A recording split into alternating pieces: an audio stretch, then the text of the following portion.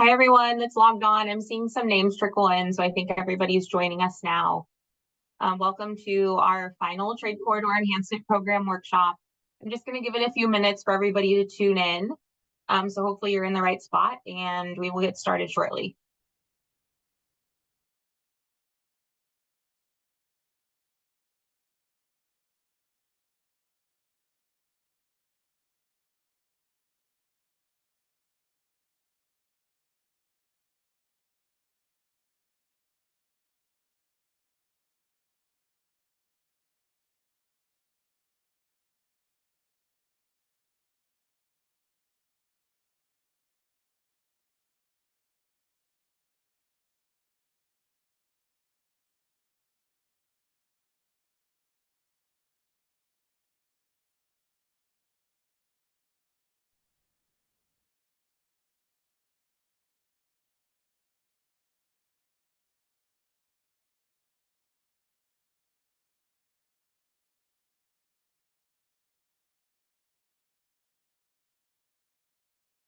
Hi, everyone who's just joined us. You're at the Trade Corridor Enhancement Program workshop. We're just giving it a couple of minutes for everybody to trickle in. So we'll get started in about a minute.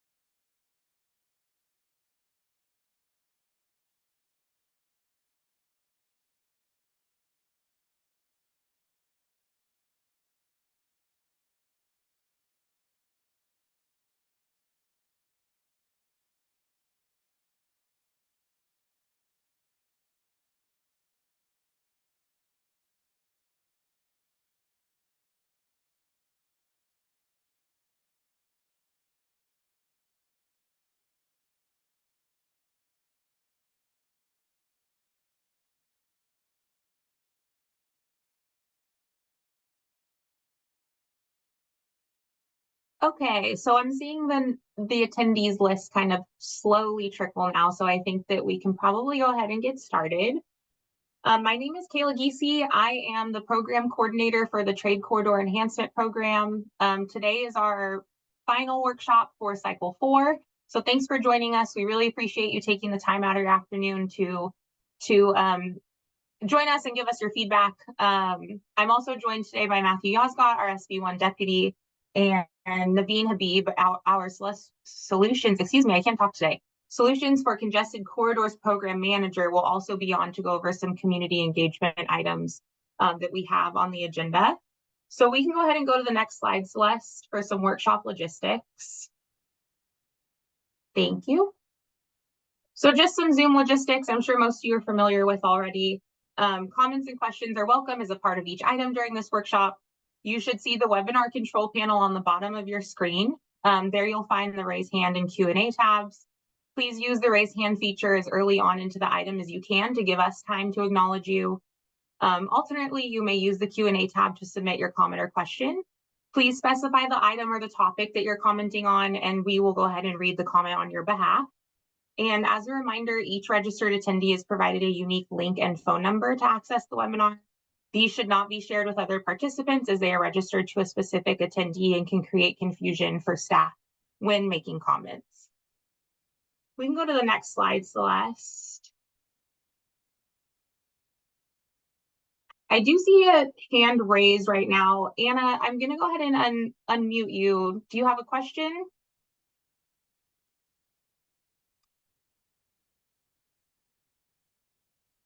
Anna, you should be able to speak.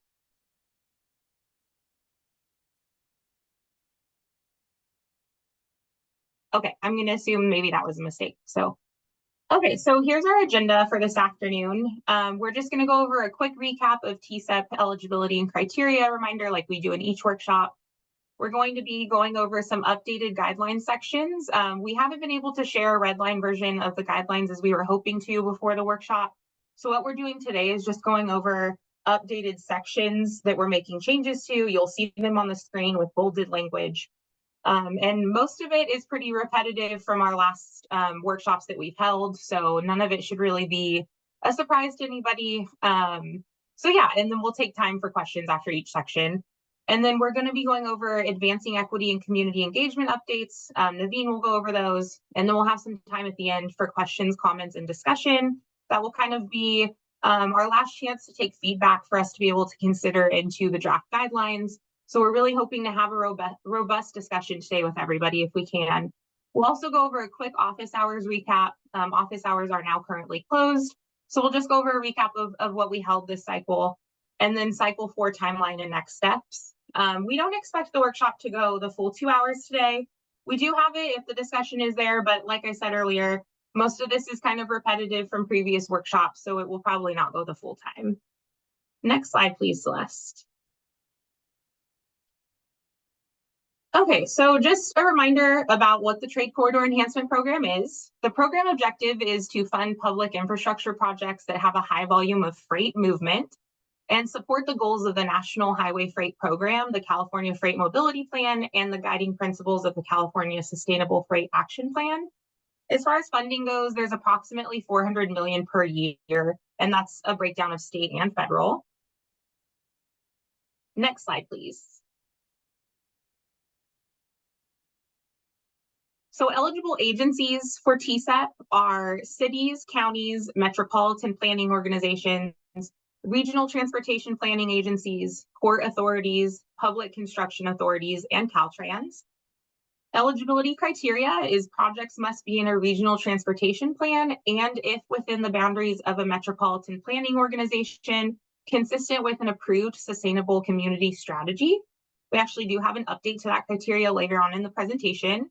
And then eligible types of projects include projects that enhance the freight system's economic activity or vitality, relieve congestion on the freight system, improve safety and resilience of the freight system, improve freight system infrastructure, implement technology or innovation to improve the freight system, or reduce or avoid its negative impacts, or reduce or avoid adverse community and or environmental impacts of the freight system. Next slide, please, Celeste.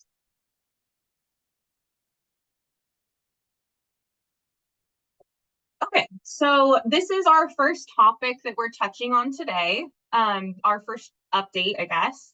So we are making an addition to the eligible project section in the guidelines. This is some new tolling language. It's quoted here on the slide. I'll go ahead and read it for everybody. So projects that propose to construct a toll transportation facility and are successful in the Trade Corridor Enhancement Program must request approval from the Commission to operate the toll facility in accordance with the Commission's toll facility application guidelines prior to the project being programmed. The language is pretty explicit. It's just to clarify again that these new tolling policies. So I hope this is clear. I'll go ahead and pause and take any questions. I see Matthew coming off on camera, so if he has anything to add.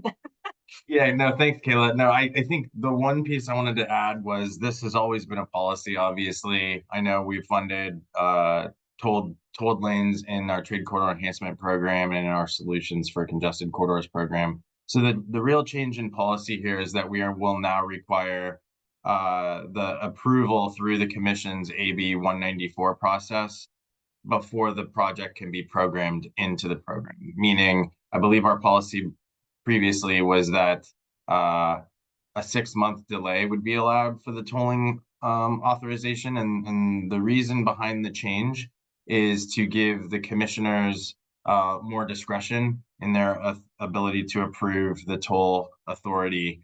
Previously, it was determined if we would put the project into the program and it did not have toll authority, the burden would be on the commissioners to, for lack of a better way of saying it, automatically approve the toll, considering they'd already approved the project. So this makes it so that the toll authority has to come earlier. Just thanks, Kayla. I just wanted to add the additional context because some folks might look at this and say, "Hey, this doesn't look different." But it is a slight bit different. Yeah, thanks, Matthew, for the clarification. I am not seeing any hands raised right now or questions or comments.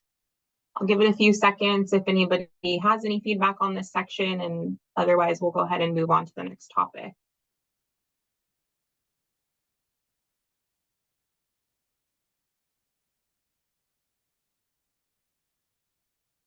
Okay, I think we can go to the next slide, Celeste. Thank you. Okay, so next we have some updates to CEQA and NEPA, the CEQA and NEPA requirement section. There's a lot of language here on the screen, so I won't go over all of it. But like all the rest of our slides, the change is bolded there. So what we're adding in is right there on the third paragraph. For projects that will not meet the applicable environmental requirements by program adoption, applications must explain the status of the environmental phase and the plan for environmental requirements to be met within 6 months of program adoption. This isn't necessarily new to the TCEP guidelines. It's been in there, just not really explicit and super clear. So we're just making the language more clear so that the expectation is there and clearer for the reader. I'll go ahead and pause there too to see if there's any hands raised or questions on this. Again, not necessarily a new requirement in TCEP.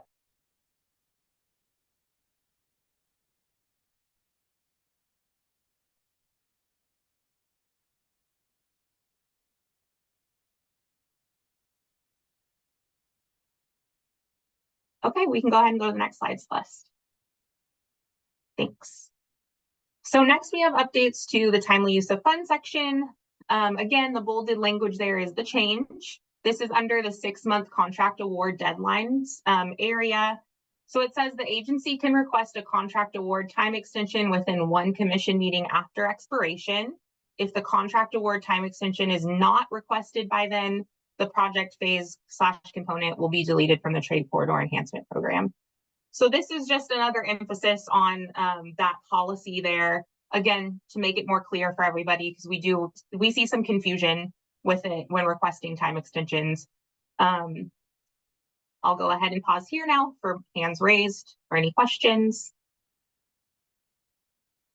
Hopefully the silence means that these are clear and understandable and helpful in the guidelines. Okay, see a hand raised. Soka, you should be able to speak if you're unmuted. All right, good afternoon, everyone. Just wanted to get that clarification. The agency can request a contract award time extension within 1 commission meeting after expiration.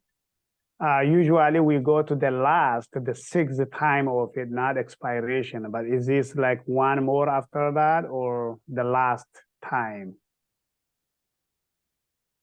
So this would be within 1 meeting after that expiration date. So let me also clarify. So because there's confusion on when actions need to be taken to the commission, we also respect that there's a lead time getting items on the commission agenda.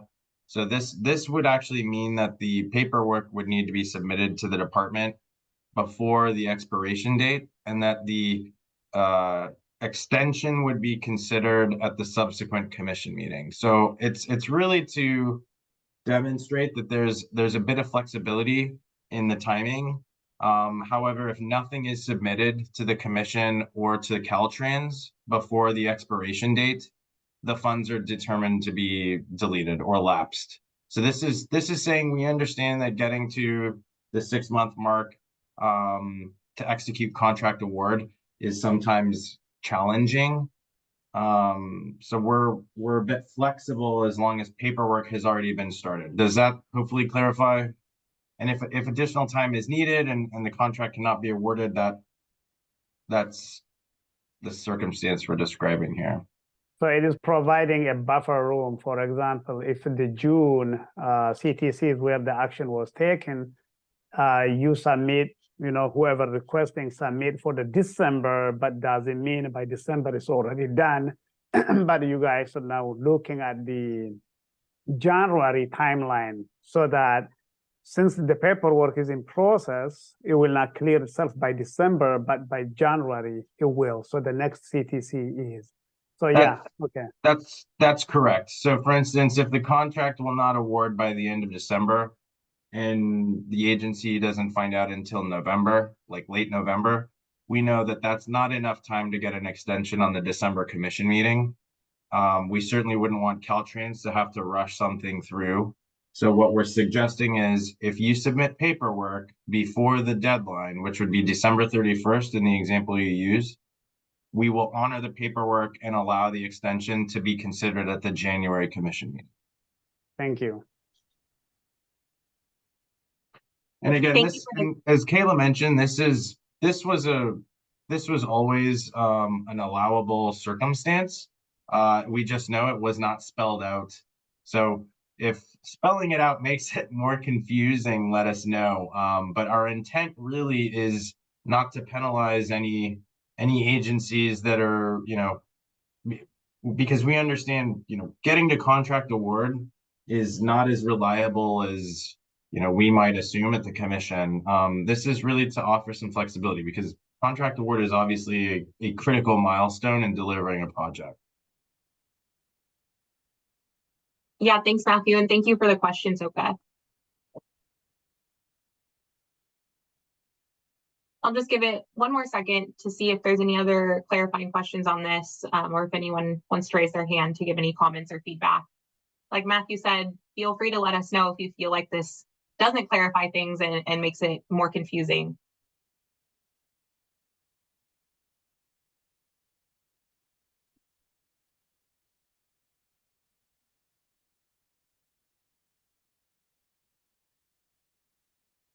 Okay, we can go ahead and move on, Celeste. Thank you. So our next topic is updates to the general information section of our project nomination format. I recognize that title of the slide might be a little confusing. So this can be found under the project nomination format section of the 2022 guidelines, if that's what you're referring to right now, since we don't have the 2024 guidelines out. So again, the bolded language, we're adding here to the RTP and SCS requirement that applicants must provide publicly accessible links to the approved regional transportation plan or sustainable community strategies and include the project identification number or numbers for reference, in addition to a signed letter from the applicant's metropolitan planning organization stating that the project's cost, scope, and schedule is consistent with that of the MPO's RTP and SCS. The signed letter aspect is not, again, necessarily new to TCEP. We're kind of clarifying, and then we added in that link there for verification purposes to make sure that a project is included in those RTPs and SCSs. I'll pause here for any questions or comments.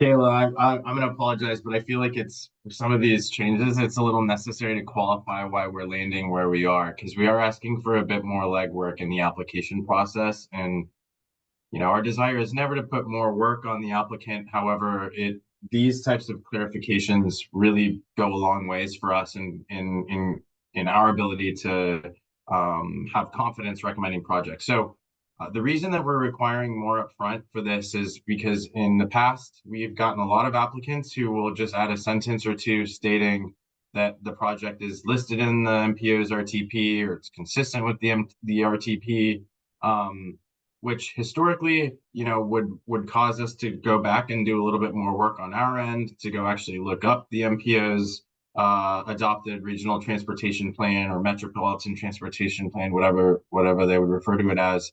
And do a bit more homework on our end. And our understanding is that it would be, if that is a true statement coming from applicants, they should be able to identify the adopted plan by ID number.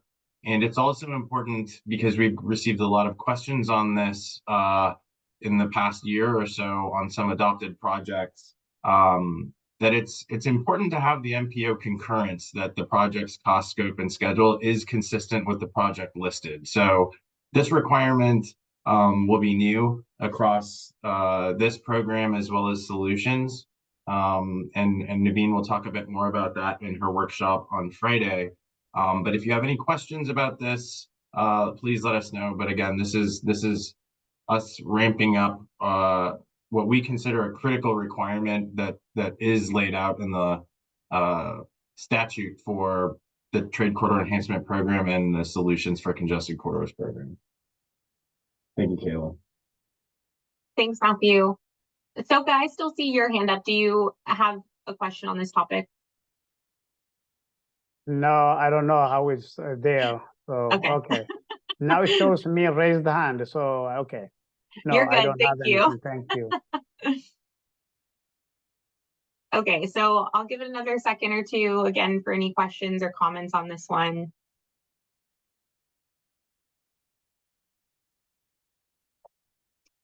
Okay, I see one hand raised. Andrea, you should be able to speak once you unmute.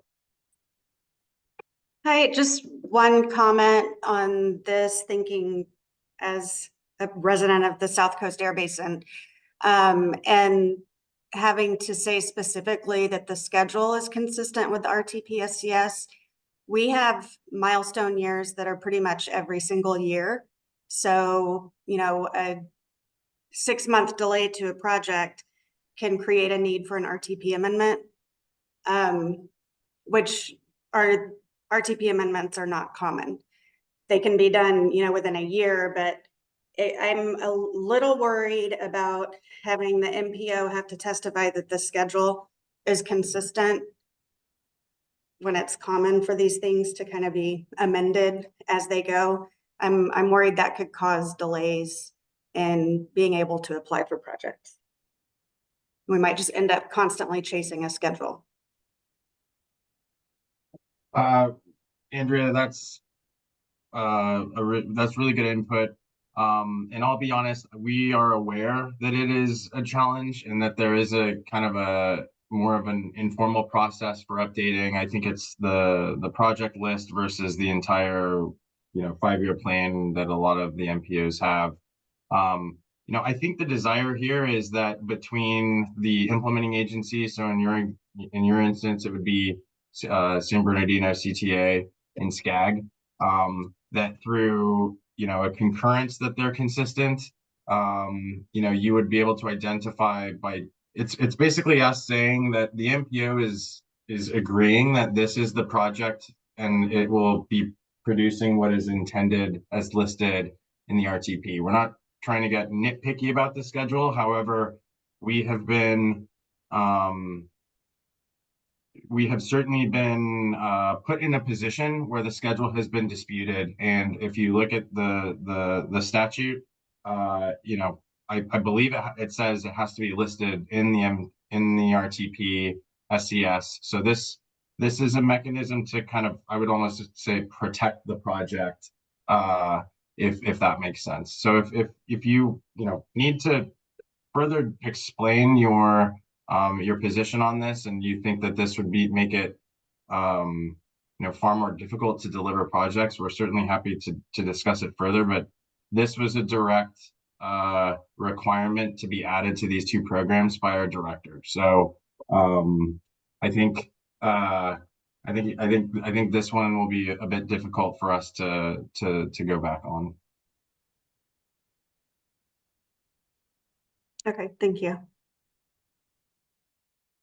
Thanks, Andrea. I'm seeing one hand raised, and then we did get a comment from Aaron Hoyt. So I'll go ahead and read that first before we go to you, Martha.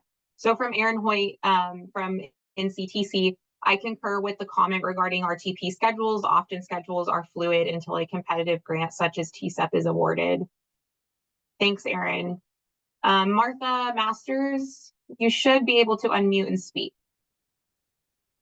Hi, this is Martha Masters from Riverside County Transportation Commission. And I did want to echo Andrea and Aaron's comments. If anything, I would recommend that you guys would allow the MPO letter to indicate that, let's say, the schedule will be updated at the next RTP amendment or something like that, because things can be pending for a year or 2 when, you know, we plan for the schedule to be pushed out a little bit due to delays and stuff like that. It definitely affects the modeling, so we always want to be on top of that. But amendments, I mean, for us, it kind of happens often, and depending on the timing, you know, MPO can say, yeah, the project cost probably isn't even the same anymore. The scope might be the same, but the schedule's been pushed out. So if you guys would allow some flexibility there on the schedule, just to say, yeah, there's a pending amendment coming up in a year or something like that, I think that would be great. No, good, I am on mute. Martha, I appreciate that. I think, you know, again, if we receive a letter from the MPO saying that the project that, is being submitted for consideration is consistent with the project listed in the RTP, I understand, maybe if the schedules would be updated, but I think it's really that we found ourselves in a situation where a project is being submitted by an RTPA, and it's listing the project in the MPO's adopted RTP, but there's not an additional factor saying that the MPO is in agreement that the project that's being submitted is in coincidence with the plan. And I understand, schedules will likely change once funding is brought in. I imagine schedules are probably conservative, and as soon as you secure funding, the schedule can be expedited. We understand those circumstances, and we're not saying that those circumstances would prevent a project from being recommended. I think the connection to the MPO is the link that's been missed in the past, and that's the true reason why we're asking for this, to demonstrate that that there has been that level of coordination. Not that we don't expect that it's already occurred, but we've gotten too little information in the applications in the past 3 cycles regarding this piece.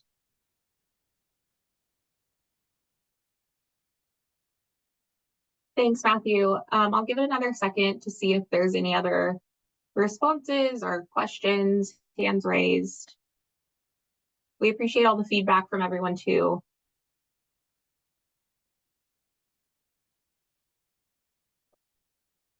Okay, I think we can go ahead and move on, Celeste. Thank you. Okay, so this next topic will be an update to our economic impact section of our project nomination format.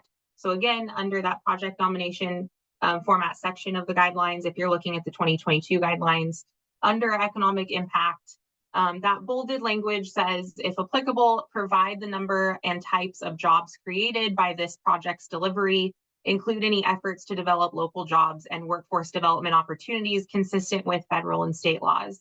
For more information about workforce development, visit the California Workforce Development Board's website. So we're adding this in just to, again, get some more of that information on jobs creation and workforce development for these projects. It's always good to have those in the applications, and if the project is programmed, also for us to have that data so that we know what these funds are creating. So just a new addition to the economic impact section, not necessarily a large change, but just an addition there to that language that's in there already. So I'll go ahead and give that a second. Also, see any hands raised or questions, any feedback's appreciated on this.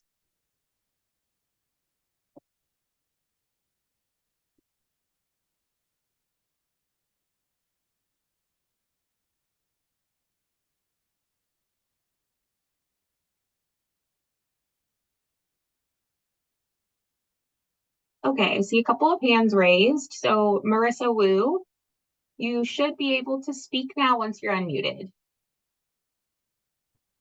Hi, thank you. Marissa Wu from the Greenlighting Institute. Yeah, appreciate seeing this update. I'm curious, when you're saying types of jobs created, is there like kind of more specifically, what does that mean? I don't think that we're asking necessarily for a specific type, just anything that's a result of this project being delivered. Matthew, do you want to add anything to that? Yeah, so the California Workforce Development Board, when it comes to different trades and industries, we understand that they have different classifications for different levels of job or different levels of experience or licensure that's required to do those jobs. And so our path for cycle 4 updates was to incorporate and embed more of a workforce development element into our program guidelines, and potentially get to a place where we could define different types of jobs, different demographics of who fill those jobs, you know, ultimately asking for additional information or data in this regard.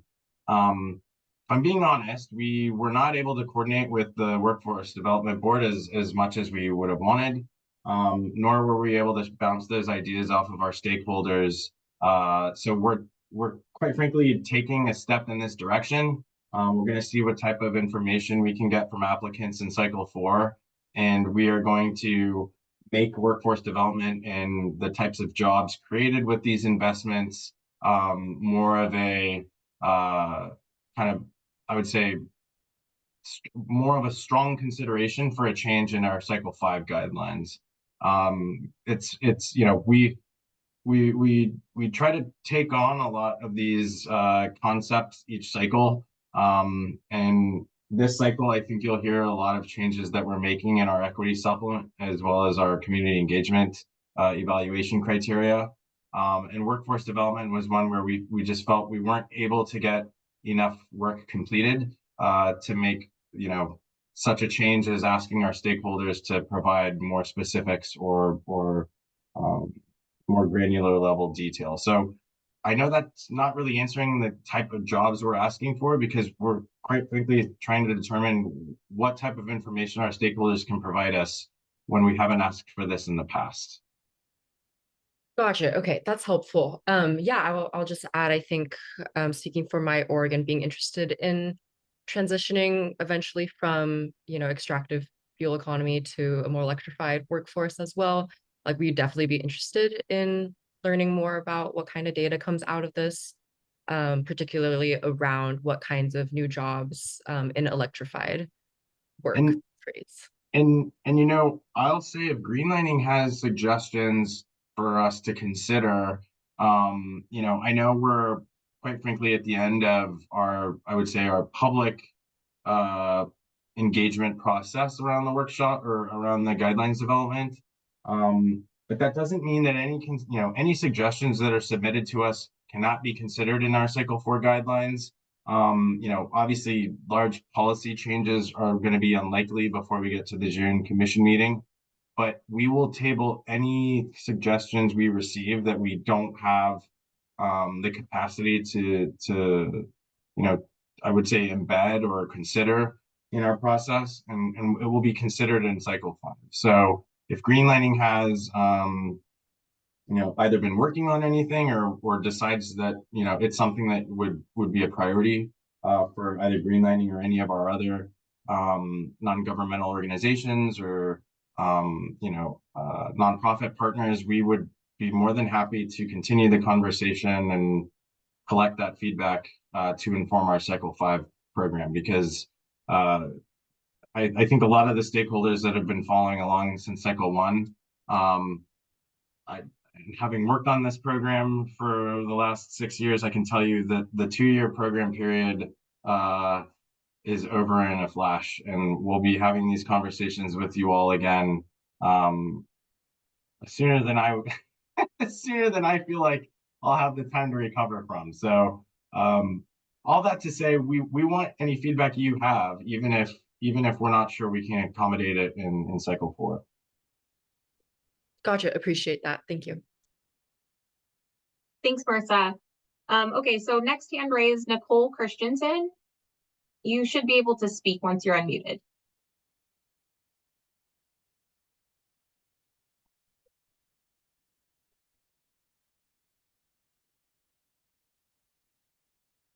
Are you there, Nicole?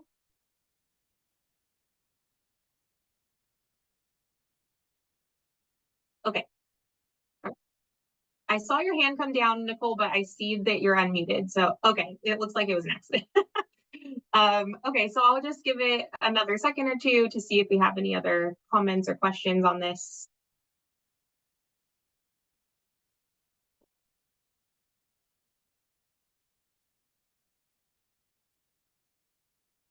Okay, we can go ahead and move on, Celeste. So this next slide is definitely duplicate information from our March workshop. So we added in some new workforce development language under our zero emission infrastructure instructions section.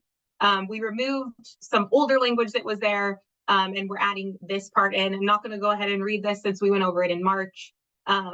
We didn't receive any feedback for changes on this the language we proposed. Again, this is just to streamline the language to reflect the new zero emission criteria in the TCEP guidelines, as opposed to suggesting that things should just be considered. So yes, again, duplicate from our March workshop. I'll give it a second to see if anybody has questions or comments on this.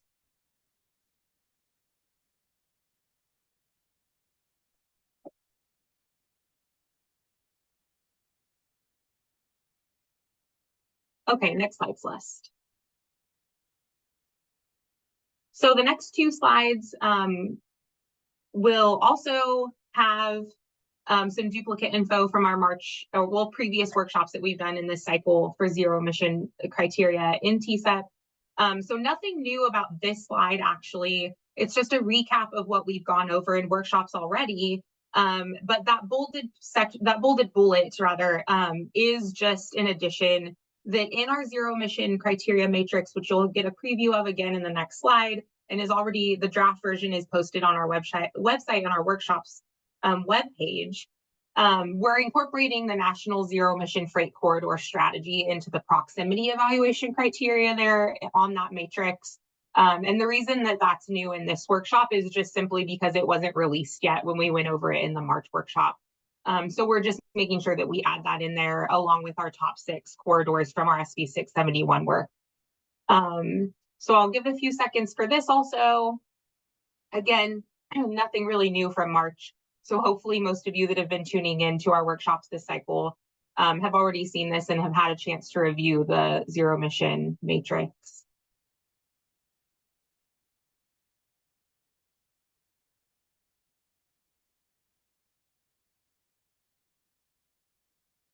Okay, we can go ahead and go to the next slide. So here's a snapshot again of our draft evaluation criteria matrix. You can see the full version on our website. Feel free to email me too, and I can go ahead and send you a link if you need to see it after this workshop. And this matrix just designates which criteria applies to zero emission projects versus non-zero emission projects. The entire matrix can be viewed on our document that we created for the March workshop. This is really meant to be a guide for completing applications with appropriate and relevant information to the project. But this does not mean that zero emission projects do not have to be competitive in all criteria areas. Again, nothing new from March, but we just, are hoping to get any feedback as soon as possible that anyone might have on this still.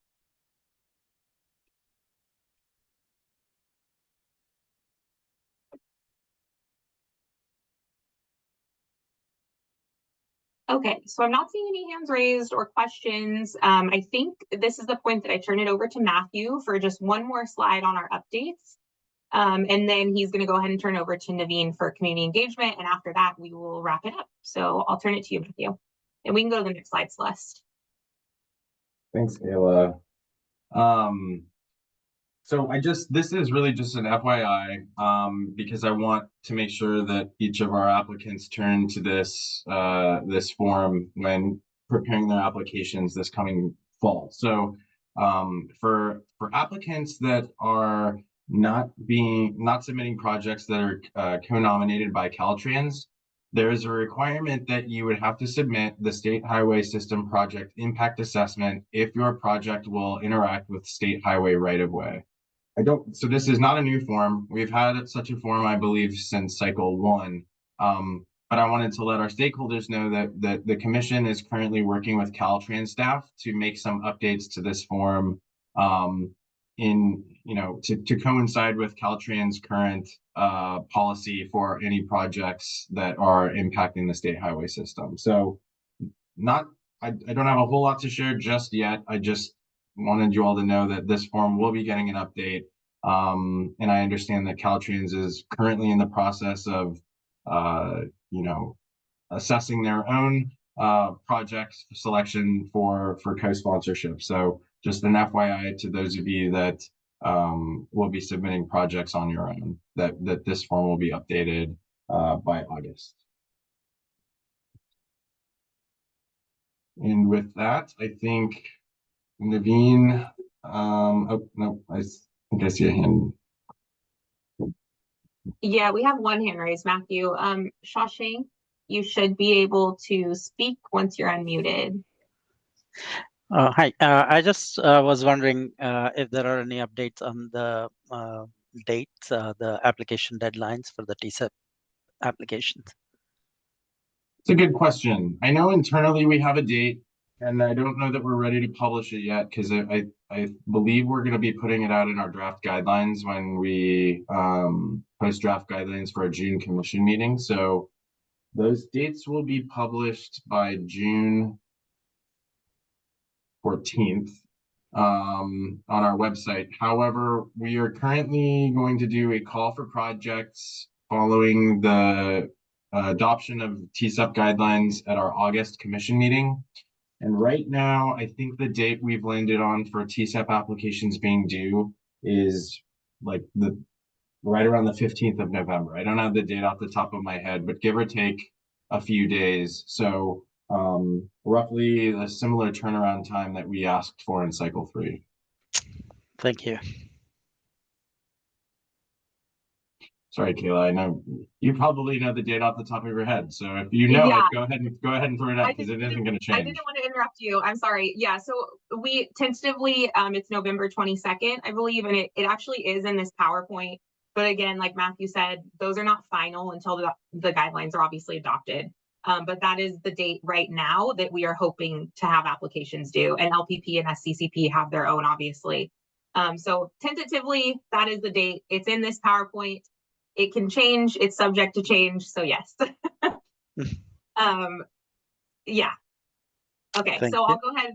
Yeah, no problem. Thank you for the question. And we'll go over that too at the end of the PowerPoint. We have a slide for some next steps and different dates to be on the lookout for. So before we turn it over to Naveen, I'll just go ahead and take a pause here to see if there's any questions or comments on any of the updates that we've touched on so far. We will have a discussion section after this, but just in case anyone wants to touch on anything right now.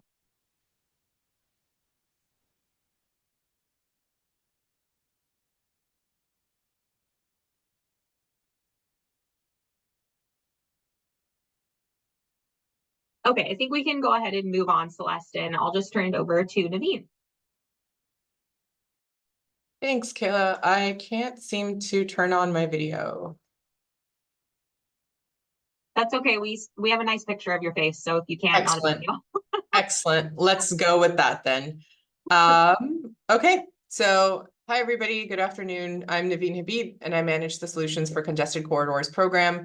Today, I will share the proposed revisions to the Community Engagement Criterion and SB1 Program's Transportation Equity Supplement, or Equity Supplement for short, embedded in each SB1 program guidelines. I will pause for questions at the end of each slide, but feel free to raise your hand or share any questions as we move along.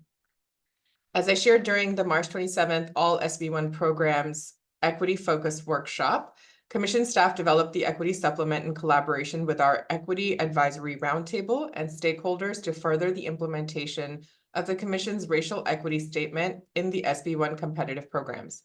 This supplement provided important information on indicators that could be used to identify disadvantaged or historically impacted and marginalized groups, equity benefits, community engagement strategies, and anti-displacement resources, which were all intended to guide applicants to provide more detailed information about the project's benefits and impacts to disadvantaged or historically impacted and marginalized communities. In addition, community engagement became an evaluated criterion to ensure that the project selection process resulted in projects that provided more equitable outcomes to disadvantaged communities. Members of the Interagency Equity Advisory Committee evaluated applicant responses to the community engagement criterion, which contributed to the Commission's overall project evaluations and helped to determine which projects were awarded over $1.7 billion in SB1 program funds. As advancing equity in transportation is an evolving process, the Commission endeavors to ensure program policies progress by embedding equity considerations in the project development, nomination, and selection process. In Cycle 4, we have continued to engage and collaborate with the Interagency Equity Advisory Committee and our stakeholders to further update SB1 program guidelines to ensure projects with more equitable outcomes are competitive for funding awards. We can move on to slide 2, please. Or the next slide. Thanks. So all of the proposed changes stem from your feedback. For example, you requested we reduce redundancy in criteria response requirements. You felt the questions were too similar, which resulted in duplicative run-on or broad sentences and broad responses. You also sought greater clarity about how to engage communities effectively, where to start, or how to continue. So we collaborated with advocates to determine more specific and proven strategies for you to reference or apply in the project development process.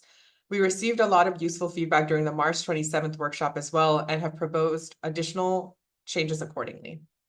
Next slide, please.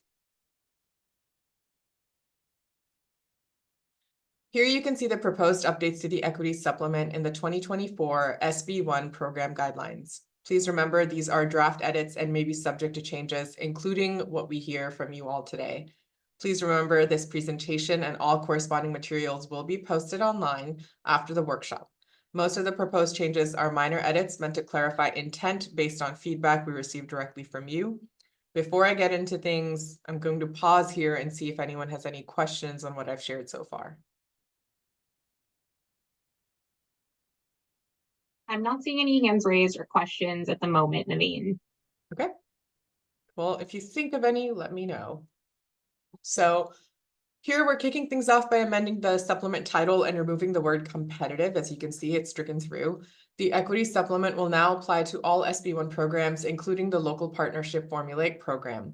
We initiated this effort by focusing on our competitive programs and plan to advance equity in our formulaic programs as well. Many of you have shared the work you are already doing, and this provides you an opportunity to formally highlight how you are incorporating equitable practices in your eligible formulaic program projects. Next slide, please. On this slide, you see the proposed revisions to the supplement's introduction and intent. While the edits do seem plentiful, they are mostly cleanup edits to reduce redundancies. We have reiterated our intent to consider equitable practices through a project's life cycle. This includes the planning, development, and delivery processes. Accordingly, we propose utilizing structural and procedural equity strategies like the ones provided within the supplement. Structural strategies reform planning practices to create inclusive, affordable, and resource-efficient transportation infrastructure, whereas procedural strategies provide special benefits to disadvantaged groups to create fairness in process. We have also added additional groups to consider engage as part of the disadvantaged or historically impacted and marginalized groups, such as displaced or unhoused persons and individuals living with disabilities. I'd like to pause here for questions or any comments. Not seeing any hands raised and no written questions or comments right now. And I just want to share a reminder, most of the changes that you see here, I would argue like over 90% were presented at the March 27th equity focused workshop. So that draft is still available on our CTC workshops webpage and our program web pages if you'd like to review the draft in its entirety.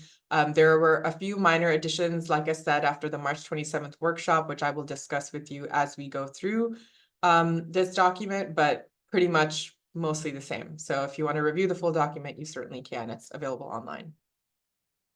Naveen, we do have a hand raised now. Sure. So Carter Rubin, you should be able to speak once you're unmuted. Hey, all. Thank you for this. Appreciate the contributions in this section.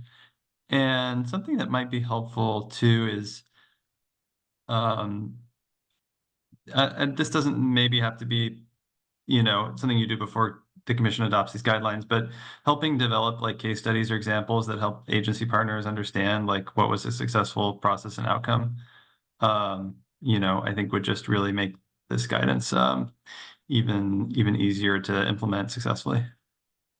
Thanks for the comment, Carter. I think I would like to clarify, what do you mean by case studies? Do you mean case studies to incorporate within the supplement to use as examples, or you want to use case studies as a response to the criterion in your application? Thanks for asking that clarification. I mean, like, come up with a series of case studies of that just provide examples for potential applicants to see examples of successful projects that, you know, like incorporated community input in the project scope, and, you know, kind of met projects that met these objectives already in the past, and, you know, sort of uplifting some best practices from those so that agency partners can get inspiration for how they could conduct this kind of engagement and lead to these kind of results. So I understand your question a little bit better, or comment a little bit better now. Thank you for providing that explanation. I will state that I have a twofold response to that. One is that you can always look to previous programmed applications in previous cycles. So cycle 3, for example, is the most recent past cycle. Look at the different applications that were awarded funds. And you can always reach out to Caltrans, for example, as they partner with agencies to submit applications. So they might have some case studies that you can leverage and use as examples. I will say the reason why I would avoid providing case studies is because no two communities are identical. Community needs are different, therefore engagement needs are different. Community demographics, population sizes, density, essentially they vary from location to location. While I do understand the broad implications of having a case study to use as an example, I think more often our inclination is to just replicate the work that's already being done as opposed to building on it or advancing it, which is what our hope is with the supplement now and moving forward. That's the strategy and the goal that we are also hearing from the Equity Advisory Committee, the Interagency Equity Advisory Committee membership. So I want to agree that case studies would be helpful. I think Caltrans may have some examples. I believe Angel has mentioned that before in workshops. If you would really like to see examples of them, but I would hesitate to use them as models in our guidelines, because calling out one or two of those case studies makes it seem like A, we're endorsing it, and that B, that's the only way to go in a way, even though we're not saying that, that is kind of what it implies, which makes it a little complicated for competitive programs, especially like TCEP and CTC.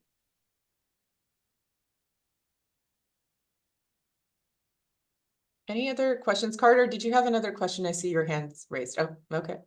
No, I appreciate the response. I feel like there's a pathway here, but maybe I'll follow up with you offline. Thanks. No, definitely. Yeah. I would love to connect offline and maybe understand a different approach better, where those issues that I mentioned may not be issues anymore. Definitely shoot me an email. It's naveen.habib@catc.ca.gov. It's also available on the Commission's website. I really would like to hear from you, Carter, and maybe we can talk about it a little bit more offline. Yeah, thank you, Carter. And Naveen, I'm not seeing any other hands raised, and we haven't gotten any other written questions in. Okay, then we can move on to the next slide. Thank you. This is a proposed new addition to Section A in the Equity Supplement. As a reminder, Section A lists example indicators used to identify disadvantaged or historically impacted and marginalized groups. The California Department of Transportation, or Caltrans's Transportation Equity Index, also known as EQI, was developed to identify transportation-based priority populations for applicable funding programs, and to support planning and project-level analysis, and to identify opportunities to advance equitable outcomes during project planning, development, and design. Going to pause here to see if there are any questions before I move on to the next slide.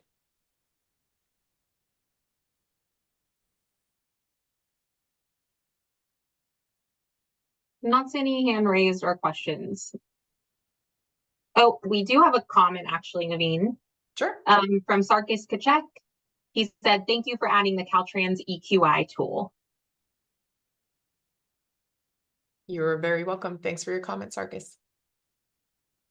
I think that's it for now. Okay. Oh, wait, sorry, we got a last minute hand. Okay, Marissa, you should be able to speak once you're unmuted. Thank you. Sorry. Just clarifying question. Yeah, appreciate adding this resource. Are there specific directions or guidelines regarding like needed to incorporate using this tool, or is it just listed as a resource for applicants' reference? So everything in the equity supplement is listed as a tool and as a resource for applicants' references. We do not require them to use it if it's not necessary for their application, or if they don't think that that's the best tool or resource for the application that they're developing or the plan that they're developing. With EQI being so new, it's better to introduce it as an optional tool or resource for them to utilize. I know there are some folks that are already working on this with Caltrans as part of the thesis process. So I would say, Marissa, right now it's just offered as an optional tool or resource, and folks can utilize it, and they can also utilize it in combination with other indicators that we provided under Section A as well. But we do not limit or require it. Gotcha. Thank you for clarifying. Yeah, no problem. Thanks, Marissa. Naveen, I'm not seeing any more hands raised and no written questions or comments right now. Okay, then I think we can move on to the next slide.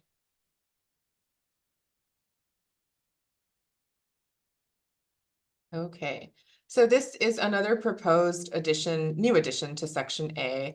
The United States Department of Transportation's Equitable Transportation Community Explorer, or ETC for short, is an interactive web application which uses census tracts and data to explore the cumulative impacts of transportation under investment in the areas of transportation insecurity, environmental burden, social vulnerability, health vulnerability, and climate and disaster risk burden.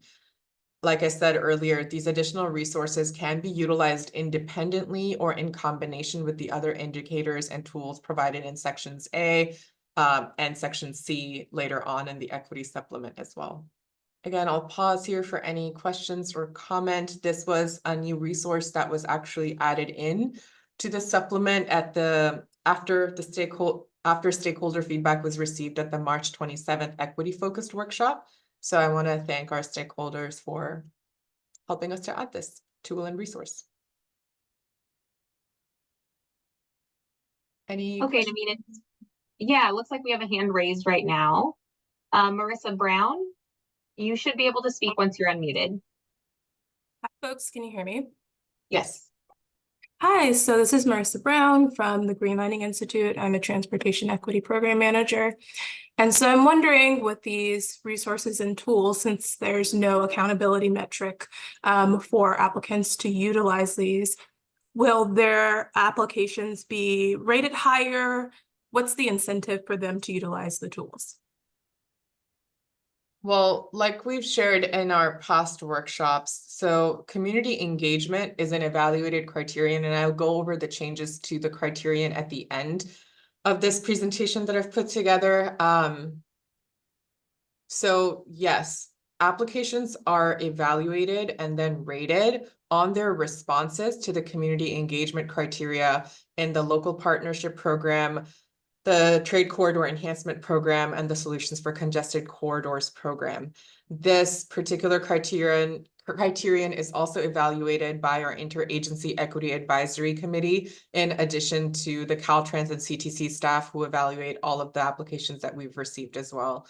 So it's a multi-pronged approach to reviewing it, and we strongly consider the tools and the resources that applicants have provided within their applications as a reference point for how they arrived at the conclusions that they arrived at, where they got the data, how they engaged the community, what tactics or strategies they utilized to get there. They often include their full community engagement plan. Some applicants in the past have provided very detailed data and reports about their interactions with the public and how they arrived at the conclusions that they did for their proposed project. As I said earlier, each applicant is different